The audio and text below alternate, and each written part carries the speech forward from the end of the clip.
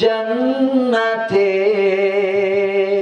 তোমার পাশে আমায় একটি ঘর বানিয়ে দিও, একটি ঘর বানিয়ে দিও। যেদিন কেহ আসবে না কারো কোনো কাজে, যেদিন পাপী পাপের ভারে মরবে লাজে, সে বিভীষিকাময় মহাদিনে তোমার প্রতিবেশী করে নিও।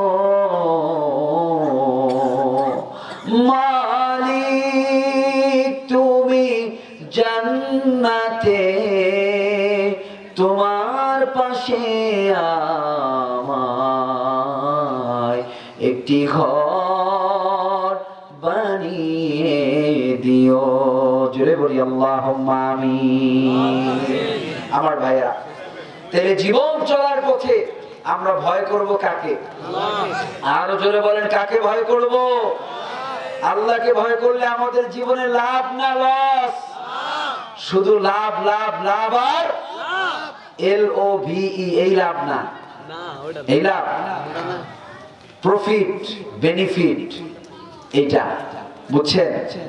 তাহলে আমরা জান্নাতে যেতে চাই কি চাই না?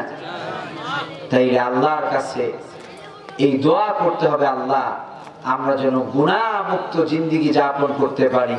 আল্লাহ তাআলা তৌফিক দান করুক। সবাই বলি আমিন।